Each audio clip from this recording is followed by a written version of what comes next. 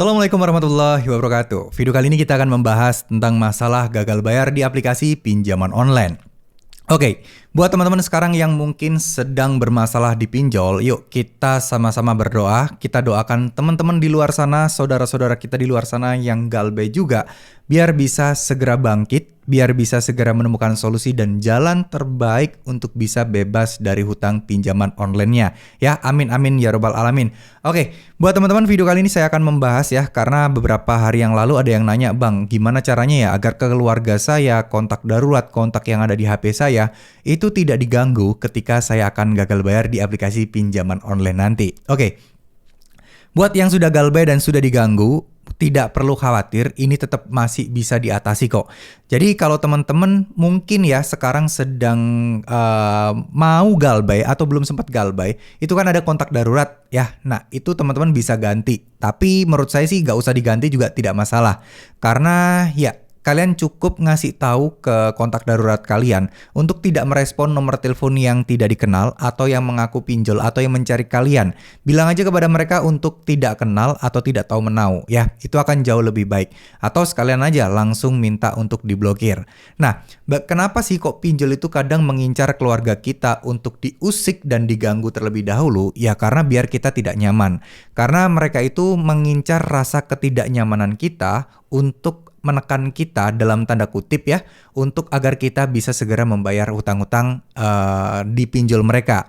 Cuman sayangnya makin kesini saya yakin teman-teman sudah makin pinter, makin cerdas, dan nggak gampang terhasut. Nah dengan begitulah mereka menggali segala macam cara, yaitu sekarang mulai untuk mengganggu atau mengusik keluarga kita. Kadang ada juga kasus nih orang tua kita yang tinggal, misal KTP kita masih alamatnya orang tua, ya orang tua kita yang didatengin. Sebenarnya dia tahu domisili kita ada di mana, kantor kita ada di mana, tapi dia memilih orang tua kita yang datengin. Tujuannya nggak lain dan nggak bukanlah ya untuk mengusik kalian.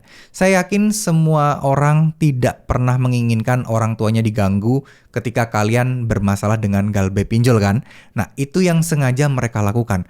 Karena ada beberapa kemarin yang bercerita, "Bang, saya loh sudah share lokasi gitu ya, minta DC-nya datang ke saya, dia malah mengunjungi orang tua saya yang saya itu udah lama nggak tinggal di sana. Memang alamat KTP di sana dan mereka tahu itu isinya adalah orang tua saya aja, tapi mereka sengaja ke sana nggak mau mengunjungi alamat yang sudah saya share log, padahal itu alamat tempat tinggal saya dan lebih dekat lokasinya dengan si DC pinjol tadi." Ya, itu kembali lagi ya. DC itu kadang kita mikir, wah mereka sangat-sangat menakutkan, mereka akhir dari segalanya gitu ya. Ternyata enggak juga, mereka itu juga perlu pertimbangan untuk mendatangi nasabah-nasabah yang gagal bayar teman-teman.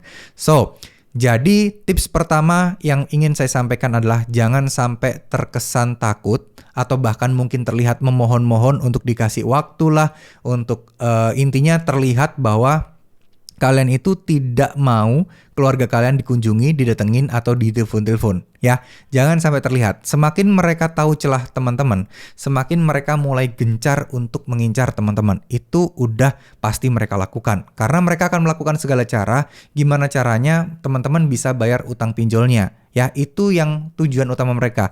Teman-teman harus garis bawahi, harus diingat-ingat tujuan mereka adalah itu. Jadi apapun yang mereka lakukan, pengancaman ataupun penggiringan opini, itu intinya tujuannya adalah membuat teman-teman pengen segera melunasinya. Entah mereka tidak peduli kalian dapat uang dari mana. Ya, lalu yang kedua kalian harus menghubungi semua kontak-kontak yang mungkin kalau kalian dipinjol ilegal, semua kontak kan otomatis tersedot nih. Nah, teman-teman harus menghubungi kontak-kontaknya, minimal broadcast aja lah WA atau SMS. Bilang, "Mohon maaf jika HP saya kena hack," gitu aja bilangnya.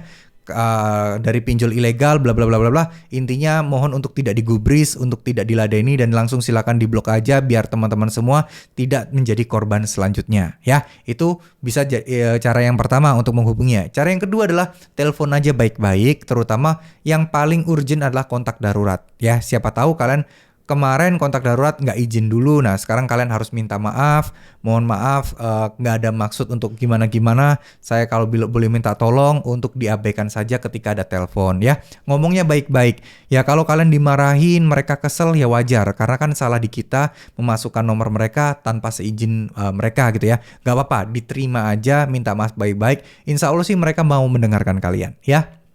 Kenapa sih kok kita perlu menjelaskan? Karena nggak semua orang mengerti dan teredukasi dengan baik soal resiko galbay pinjol.